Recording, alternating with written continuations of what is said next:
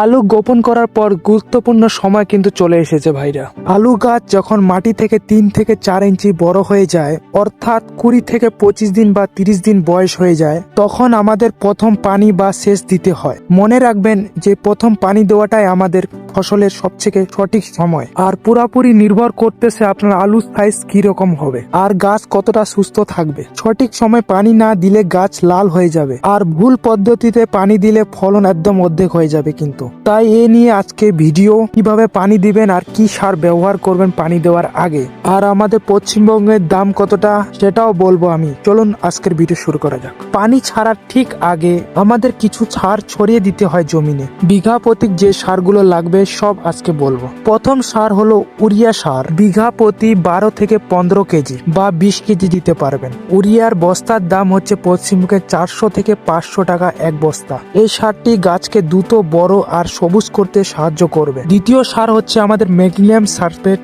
বিঘা প্রতি 4 থেকে 5 কেজি দিতে হবে। এর দাম প্রতি কেজি 35 থেকে 40 টাকার মধ্যে হইতে পারে। এটি পাতা হলদে হওয়া থেকে আটকায় আর গাছের খাওয়ার শক্তি বাড়িয়ে দেয়। তৃতীয় সার হচ্ছে সালফার 80% WP।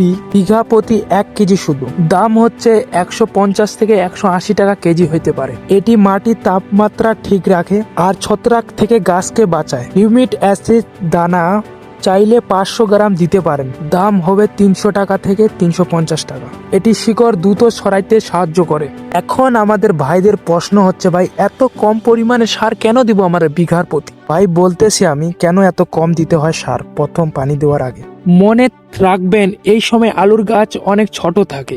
অতিরিক্ত সার দিলে গাছের কচি শিকড় পুড়ে যাইতে পারে। আর বেশি যদি আপনি উরিয়া দিয়ে থাকেন তাহলে শুধু গাছটি লম্বায় বাড়বে কিন্তু কাজের কাজ কিছু করবেন। আমাদের লক্ষ্য হচ্ছে গাছকে মাঝারি রেখে আলু বেশি পাওয়া, এটাই আমাদের লক্ষ্য। কিন্তু এখন পানি দেওয়ার সঠিক সময় আর একটু জানকারিটা জেনে নিন। আমরা সবথেকে বেশি ভুলটা কি করি বলতো?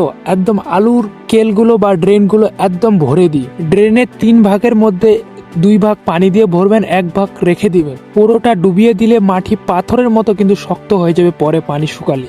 আর মাটি শক্ত হলে কিন্তু আলুর ফলন কম পাবেন আর আলুর দম পাইবে না আলু কিন্তু। আর কড়ার রোদে কিন্তু পানি দিবেন না, না হলে ভাই পানিটা একদম পুরা গরম হয়ে শিকড়কে জ্বলিয়ে দিতে পারে বা পচিয়ে দিতে পারে। এটা মাথায় রাখবেন কিন্তু। সবসময় সকাল আর বিকেলে ঠান্ডা আবহাওয়াতে পানি দিবেন। আর যদি পানি আমাদের ভুলবশে বেশি হয়ে যায় আর বেশি পানি হলে দ্রুত নালা কেটে এনে পানিটা বের করে দিন। বন্ধুরা, সঠিক নিয়ম মেনে এই পরিচর্যা করলে আপনার আলুর ফলন দেখে সবাই কিন্তু অবাক হয়ে যাবে। আর পরের ভিডিওতে আমরা জানবো কিভাবে দ্বিতীয়বার পানি দিতে হয় আর কি সার ব্যবহার করতে হয়। তো সবাই ভালো থাকবেন, দেখবেন এবারকে আপনার আলুর ফলন কিন্তু সত্যি অবাক করবে। আর একটা কথা ভাই, আপনার এলাকায় কত সারের দাম একটু কমেন্ট করে জানাবেন, তাহলে আমি একটু অভিজ্ঞতা নিতে পারবো। সবাইকে ধন্যবাদ এই ভিডিওটা দেখার জন্য।